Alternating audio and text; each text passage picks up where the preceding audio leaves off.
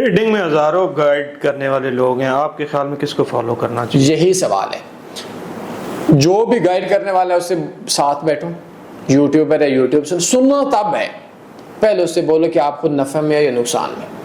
अगर वो नफा में है तो उसको 2 साल का इन्वेस्टर पासवर्ड लो। नहीं, उस चीज को हम कैसे कर सकते हैं? वो अगर हमें लेट्स सपोज पासवर्ड नहीं देता, इसके अलावा कोई हमारे पास ऑप्शन नहीं है कि हम उसको जज कर सकेंगे यार ये बंदा ऑथेंटिक है, इसको फॉलो करना चाहिए? आपका कोई करीबी बंदा,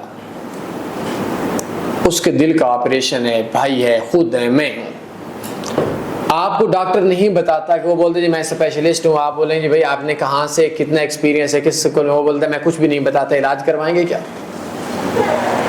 आप मुझे बताएं। नहीं। क्यों? क्योंकि जब तक आपको ये नहीं पता कि भाई वो डॉक्टर है, मेडिकल स्पेशलिस्ट है, इससे पहले का एक्सपीरियंस है, आप अपने मरीज का इलाज क्या मशवरा नहीं देते, तो जो साला आपको नहीं बताता कि मेरा ये एक सनद है, जैसे आपकी क्वालिफिकेशन जितनी है, आपकी क्वालिफिकेशन कितनी है? मैंने एमबीए किया हुआ है। एमबीए किया हुआ है। मैंने आपसे पूछा, आपने मुझसे क्यों नहीं छुपाया? आप मुझे बोलते कि मैं नहीं बताता, क्यों?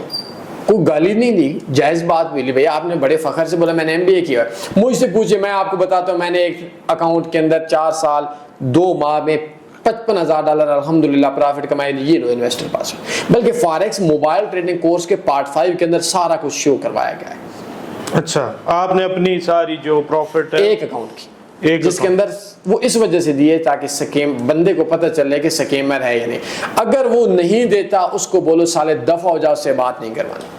इसी तरीके से जैसे आप अपने करीबी बंदे का अगर डॉक्टर अपना बताता नहीं है तो आप इलाज नहीं करवाते।